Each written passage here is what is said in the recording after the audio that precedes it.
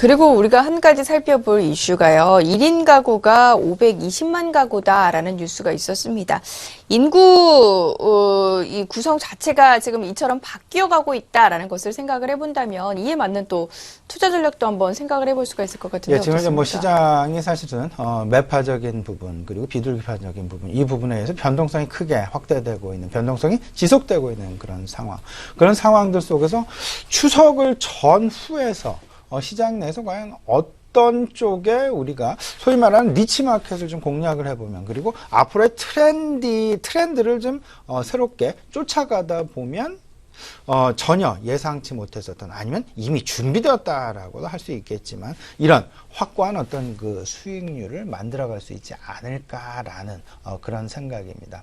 그런 상황들 속에서 우리가 두 가지 정도를 생각해 봐야 될 것 같은데 앞에서 말씀하셨던 대로 인구 구조의 변화 비율에 따른 어떤 그 시장 내 투자 지도, 지형의 변화 가능성 이 부분을 좀 생각을 해볼 필요가 있어 보이고요. 단기적으로는 추석 연휴와 중국 중추절 연휴에 대해서 우리가 좀 고민을 해보자. 과연 이때 모멘텀, 매년 중국 중추절과 관련된 모멘텀에 대한 기대는 항상 해왔었다. 특히나 이번 같은 상황에서는 정치 외교적인 한반도 내 사드 배치라는 정치 외교적인 어떤 그 갈등 상황 이런 부분들로 인해서 중국 관련 소비주들에 대한 이유 없는 확실하게 이유 있는 것이죠. 하지만 일단 펀더멘탈이나 당장 눈에 보이지 않는 그런 상황들 속에서 주가의 급락 내지는 하향세가 지속되었다라는 점. 반등으로 이어질 가능성도 우리가 좀 고려해 볼 필요가 있겠다.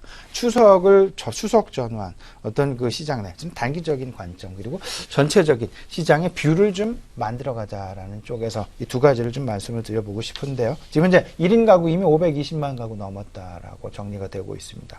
1인 가구 그리고 또 한 가지는 고령화 문제가 되고 있고요. 그다음에 저출산이 또 다른 문제 중에 한 가지가 되겠습니다. 여기서 나타난 현상들 1인 가구, 1인 중심 가구도 나오고 있고 1인 중심 냉장고, 1인 중심 가전제품, 혼밥족, 혼술족 말 그대로 신조어가 1인 가구 중심으로 해서 상당히 많이 나오고 있다. 말 그대로 시장의 트렌드라고 보셔야 되겠습니다. 우리 생활경제 트렌드라고 보셔야 될 것 같은데 이와 관련해서 역시 편의점과 관련된 더 나아가서는요.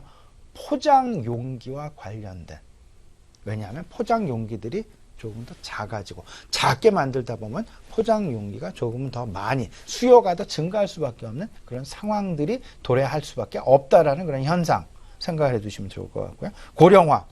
고령화는 당연히 예방의학 부분이 되겠죠. 엔티에이징이 그 가장 핵심 화두가 될 것 같습니다. 여기에는 여러 가지 건강 관련 의약품도 있고 여러 가지 있겠습니다. 저는 오히려 화장품주가 이 부류에 속하는 것 중에 하나다. 노령화에 속하는 대표적인 것 중에 하나가 될 수 있다라는 그런 생각 좀 가져보고요. 저출산.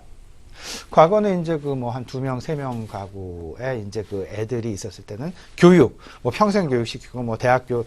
근데 지금 현재는 점차 황제 교육화되어 간다. 하나밖에 낳지 않기 때문에. 황제 교육화되는 교육산업. 우리가 분명히 교육산업의 방향, 교육산업에서 눈에 보이는 부분. 특히나 영유아와 관련된 이런 부분도 우리가 눈여겨볼 필요가 있어 보인다는 말씀 앞으로서 좀 드리고